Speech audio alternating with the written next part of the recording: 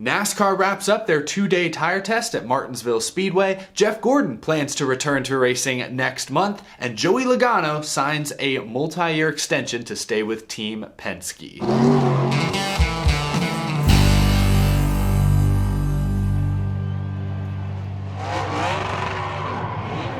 How's it going, y'all? My name is Eric. Welcome to Out of the Groove. We've got a lot to discuss this Wednesday. Before we talk Joey Logano and his future, as well as react to the other couple stories on the docket, we have to thank today's sponsor, Alka Seltzer. Alka Seltzer, the iconic brand, is back in NASCAR. I've gotten to do some fun stuff with them the past few weeks. We were out at Pocono Raceway for their debut on Bailey Currie's number 4 Xfinity Series Chevrolet. They will once again be on Bailey Currie's race car this Friday night at Daytona. We talk on this show all the time about the importance of sponsorship to race teams. So it's been really cool to highlight Alka Seltzer's return to NASCAR, to do some content with them at the racetrack, away from the racetrack. Alka Seltzer's available at Walmart. Plop, plop, fizz, fizz. Oh, what a relief it is. Great to have them in NASCAR. And on this show, Out of the Groove. Thanks to Alka Seltzer for sponsoring this episode. Now let's get to the news. First up today, NASCAR is wrapping up their two-day tire test at Martinsville Speedway. Nearly every Chartered Cup Series team sent at least a couple of drivers, at least 1 or 2 cars, depending on the size of the organization. This was primarily a tire test. Reports were that Goodyear brought a completely different left side tire than what was run here back in the spring. Today, according to reports, they also messed with the gear ratios to try and limit or minimize the amount of shifting being done every single lap. If you'll remember, and I'm sure many of you have tried to forget, the spring Martinsville Cup Series race, it wasn't a good race. Almost impossible to pass, everyone going the same speed. It was a 3-hour conveyor belt around the bottom. I'd say easily that race was the biggest disappointment this season. A season that's been full of, I think, thrilling moments overall. Fantastic racing. I think the next gen car has largely improved the on-track product, especially at the intermediate tracks. Some of the smaller ovals, like Gateway, was a great race. We've seen improvement. The road courses still kind of look like the road courses. Really only the short ovals, namely Martinsville Speedway, have suffered. So this test, the focus was put on how can we make the racing better. Denny Hamlin tweeted a very interesting thread today, offering his opinion on why the racing was so lackluster at Martinsville this past spring and why he doesn't sound too optimistic about the race coming this October. Remember, the fall Martinsville race is the second to last race of the season. That's the race that sets the championship for. Here's what Denny Hamlin tweeted today. There is a very complicated answer to this riddle. How we fix Martinsville, and other short tracks for that matter, comes from lap time variation. This is what creates passing. For example, today, the lap time variation in a 40-lap run was roughly 0.4 seconds from beginning to end. As time has gone on over the last 10 or so years, we have gone from nearly 900 horsepower to somewhere around 650. That will wear the tires significantly less right off the bat. We also have reduced the RPM over that time, roughly 500 RPM. That's a biggie. Take the lower horsepower, lower RPM, add in a wider tire, and what you get is very low tire degradation, which in turn means less lap time variation. Now, add in a car that is slightly more aerosensitive on top of that, and you will typically get 99 out of 100 times less passing. For reference, you could look up what the lap times would be from start to the end of the run from 5 to 6 years ago, and it will likely be over 1.5 seconds at least. We are 1/3 of that now at best. And while I think changing the gear up a couple clicks is a step in the right direction for no shifting, yet another variable, I doubt it will be a needle mover to get the lap time variation that is what we all need and are searching for.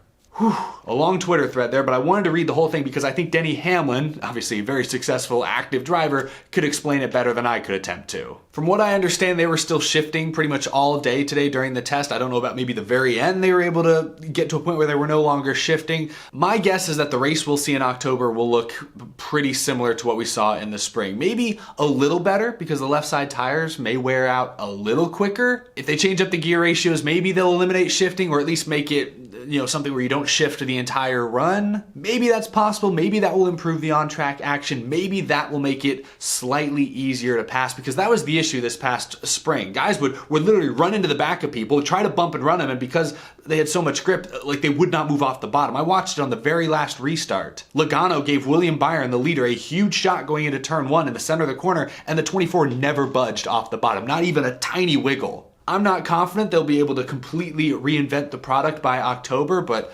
we'll see. This week was perhaps a small step in the right direction, but as Denny Hamlin notes in that tweet thread, much more is needed. Next, I want to talk about Jeff Gordon real quick. Jeff Gordon is returning to the racetrack next month. He will participate in an IMSA event. Gordon will race in next month's IMSA Porsche Carrera Cup race at Indianapolis Motor Speedway. He'll be driving the number 24 car, but perhaps most interestingly, he'll be teaming up with Ray Everham.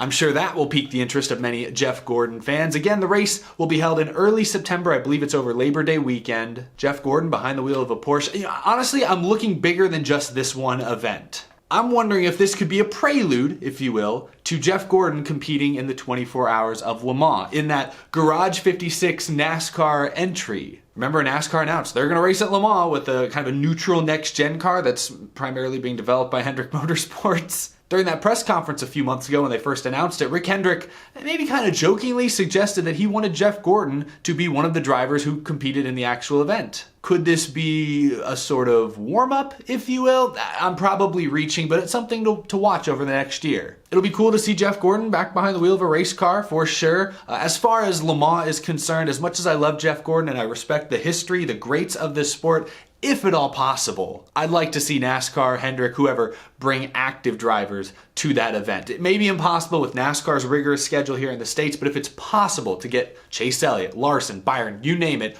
over to France to compete in that NASCAR entry, to me it's more important to highlight the current and rising young stars than continue to prop up the stars of yesteryear. That's just me. This whole deal in Le Mans is supposed to be marketing. It's supposed to be a brand play, make NASCAR look cool in front of an international audience. Yes, Jeff Gordon has some name recognition over there, but I think it'd be wise to prop up some of the rising stars. Like Elliott and Larson have won the last 2 championships.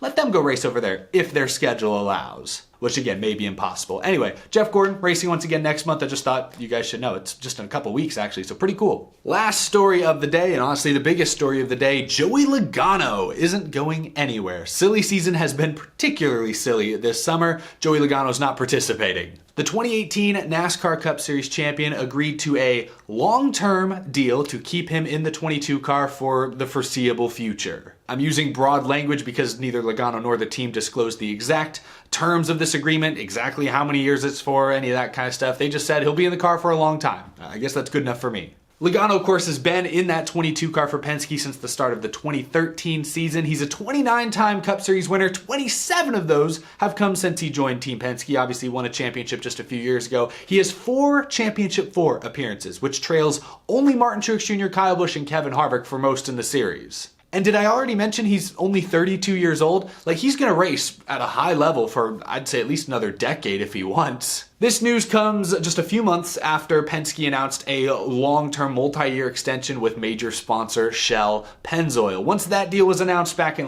May, I think most people thought it was a foregone conclusion that an extension for Joey Logano would be coming sooner rather than later. Well, here we go. It's confirmed. Logano not going anywhere. I want to read you a quote from an interview he did with Jeff Gluck. Jeff Gluck, writer for The Athletic, posted this. Gluck asked Joey Logano why he's sticking with Team Penske, and here was Logano's answer. Quote, "The loyalty piece is probably the biggest thing. I just feel at home at Penske. I agree with the way things are run and the way Roger is. I feel very loyal for that reason." I'll just paraphrase a couple other interesting quotes. When asked by Jeff Gluck if he's worried at all about signing a long-term agreement, considering the future of NASCAR is not definite, Logano said he's not worried at all because it's Roger Penske. And as he said, Roger Penske wins. Logano said in this interview that while they've had some up and down years, the worst Penske's ever been, in his opinion, is the third best organization. So Logano sounds very confident in the team's performance. Jeff Gluck also asked Joey Logano if he feels he's taken on more of a leadership role at Penske, considering Brad Keselowski has now moved on. And Joey Logano said yes, absolutely. He feels he's one of the better communicators and he thinks he's getting the best or most out of the people he's working with. So just some interesting stuff. Joey Logano sounds very, very at home at Team Penske. Penske's been busy. Obviously, Austin Cindric is a rookie, so he'll be around for a while at least. Just won the Daytona 500. That sure helps with job security. But they recently re-signed Ryan Blaney, extended his contract. Now Joey Logano. Roger Penske has a pretty solid, a good core group of drivers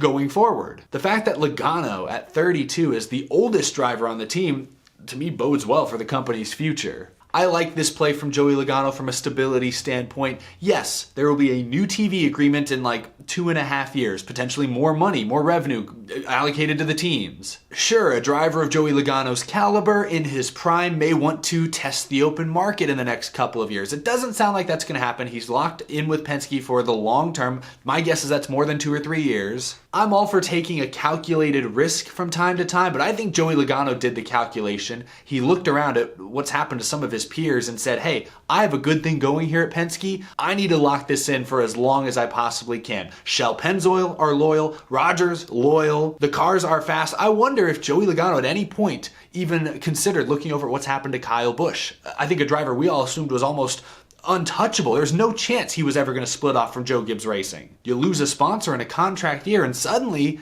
Kyle Busch is out and will likely end up taking a lesser deal for a lesser team next year. If I'm Joey Logano, a driver who's just a few years younger than Busch, I'd be looking to avoid that situation for as long as humanly possible. Locking in with Penske, locking in with Shell Pennzoil, to me is the safe pick, the safe bet, and it's still going to give you a chance to compete for championships for the foreseeable future. So I think this is a smart move on Logano's part, smart move for Roger Penske, like I said. I don't have a lot else to say about this. This felt like a no-brainer because it was. If Penske let Logano walk away, we'd all wonder what the heck he was doing. We'd be questioning everything that's going on over there. So both sides come together, form an extension. Good stuff all around. Let me know what you guys think down in the comments below. Do you think this is the right career move for Joey Logano at this point in his NASCAR run? Did Penske make the right call? I feel like this one was an obvious one, but it's good to have it solidified, I suppose. That's gonna do it for this episode of Out of the Groove. We'll be back again very, very soon. If you're new to the channel, be sure to hit that subscribe button. We talk NASCAR news, rumors, predictions, race recaps, and more nearly every single day. So hit that subscribe button to keep in the loop. And as always, a big thank you to my Patreon supporters as well. We'll be back again later this week. There are tons of rumors out there about Kyle Busch's future, some baseless, but some perhaps have some merit. It certainly sounds like one team may have emerged as the clear favorite. Also Daytona this Saturday night, the final regular season race. We've got to talk a little more about that. I will see you again very, very soon. Thanks for watching, y'all. Take it easy.